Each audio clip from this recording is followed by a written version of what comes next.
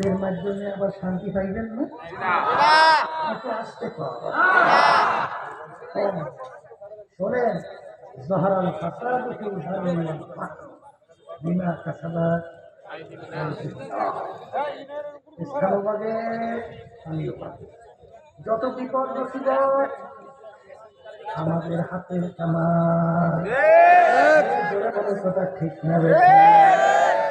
আমার প্রধান রহমতুল্লাহ বলছেন, তেঁতুল গাছ লাগিয়ে কেউ কোনোদিন যদি মিষ্টি আম খাওয়ার আশা করে, এটা যেরকম কোনোদিন সম্ভব না, এরকম ভাবে পরিচিত জালেম সন্ত্রাস চাঁদাবাজ এদের মাধ্যমে কোনোদিন শান্তি আশা করা সম্ভব না। এরপরে কেউ যদি আবার হাতের কামাই এদের মাধ্যমে আবার শান্তি চায়, এটা একটা অবাস্তব কল্পনা। কোনদিন